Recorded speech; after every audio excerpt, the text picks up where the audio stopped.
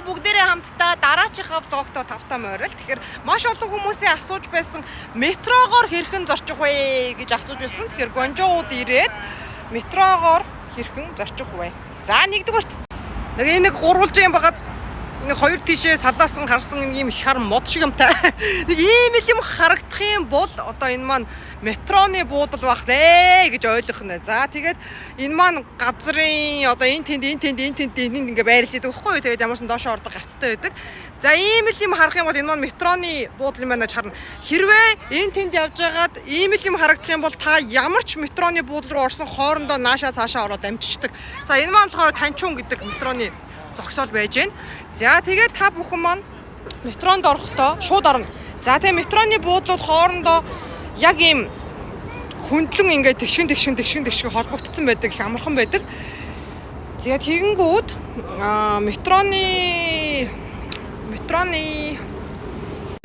буудлуудын байршлыг олж харъя гэх юм бол Google Map-аас өөрийнхөө очих байгаа газрыг харчаад тэр газартаагаа дөхүү байдлаар Maps.me аппликейшн дээрээс метроны буудлуудыг харж болно. За эсвэл энэ ч ингээд ороод метроны буудлын нэг зургийг дараад авчих хэрэгтэй. Одоо энэ дотор ингээд явхаар метроны ер нь нэг газрын зургууд байж идэг байхгүй юу? Тэгээ би ер нь яг ингэж метронд явж байгаагаар метронд яаж суух юм уу гэсэн бичлэг хүргэсэн хүний бичлэг харж байгаагүй учраас зорин байж ингэж метронд явж байгаа бичлэг оруулж байгаа юм. Тэгээд одоо би ч юм бол яг ингэж нэг 50% явж байгаа. Заримдаа залах үргэн бол таксид чинь угаасаа энэ такси хямдах юм чинь. Заримдаа бол бас метрод нь тийм метро их хурдан бүр хол явахаар ер нь метрон дээр шүү. За зарим метроны буудлууд дээр 0 байдаг. Дээрээс нь дэлгүүрүүд байж идэг. За одоо чинь эдгээр бидний байрлаж байгаа хэсэг байна л да. Танчуун одоо зогсоолын хэсэг гэж байна.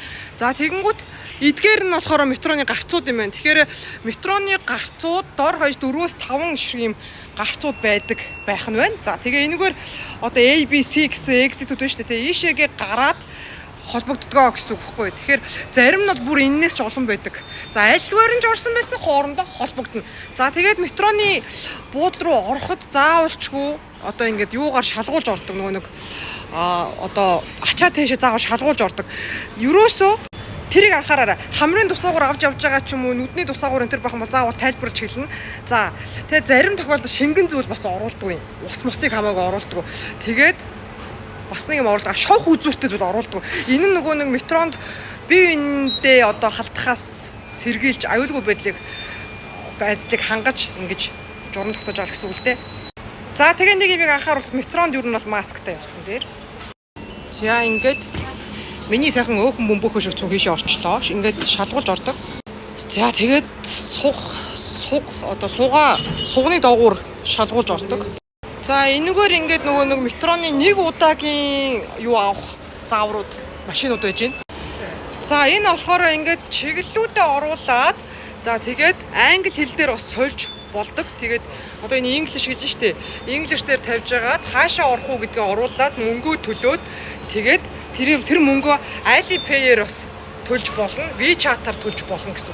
Гол нь энд нэг бэлэн мөнгө ашиглахгүй хаа. Уучлаарай, бэлэн мөнгө ашиглаж болдог гэж шүү манайхаа.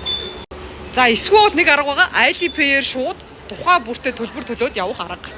За Alipay-ээр төлбөр төлөхийг бол харуулъя. За одоо яг Alipay-ийг гаргаж ирээд ер нь та нар энэ Alipay ашиглахыг сурчих юм бол их зүгээр. За энэ Alipay байж гэн транспорт гэдэг дээр нь дараад энэ дээр автобус байна, метро байна, такси байна. За метро гэдэг дээр дараад QR гараад ирнэ. За Alipay-ийн QR байгаа. Энийгээ шууд барьж агаад